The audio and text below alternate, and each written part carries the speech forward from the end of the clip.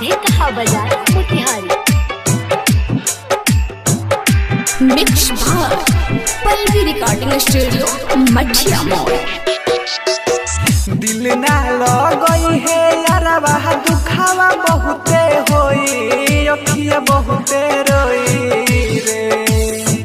दिल ना लगई है यारवा दुखावा बहुते होई अखिया बहुते रोई रे। तो दिलवा जब जब ओकरा के जोही अखिया तब रोई रे। दिलवा जब जब ओकरा के जोही अखिया तब रोई रे। दिल ना लगई है यारवा दुखावा बहुते होई अखिया बहुते रोई रे। दिल ना लगई है यारवा दुखावा बहुते होई अखिया बहुते रोई रे। तो दिलवा जब जब ओकरा के जोही अखिया बहुते रोई रे।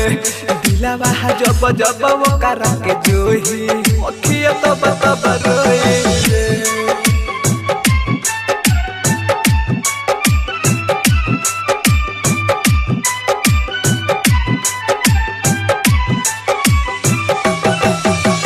डीजे सोनू कुशवाहा ढेकहा बाजार मोतिहारी।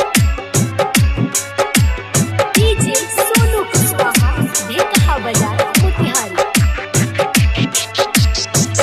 तोनी को न सोची है सो कहल तोरा बाती के बनल छोड़ा दी है सो साथी संगाती के। तोनी को न सोची है सो कहल तोरा बाती के बनल छोड़ा दी है सो साथी संगाती के। कवनो भरोसा नइखे प्यार में कब का होई अखिया बहुते रोई रे। कवनो भरोसा नइखे प्यार में कब का होई अखिया बहुते रोई रे।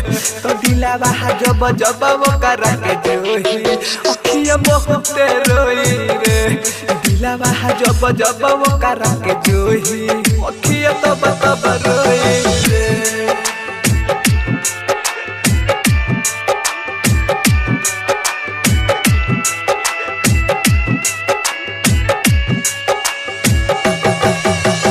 डीजे सोनू कुशवाहा ढेकहा बाजार मोतिहारी।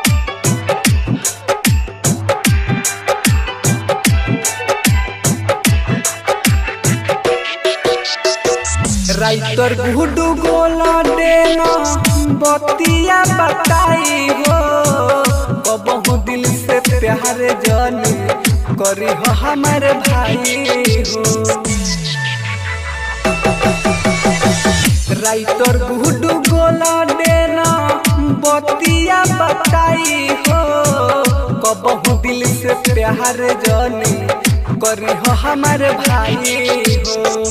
अमरजीत अकेला लागे रतिया में ना सोई अखिया बहुते रोई रे। अमरजीत अकेला लागे रतिया में ना सोई अखिया बहुते रोई रे। तो दिलवा जब जब ओकरा के जोही अखिया तब रोई रे। दिलवा जब जब ओकरा के जोही अखिया बहुते रोई रे।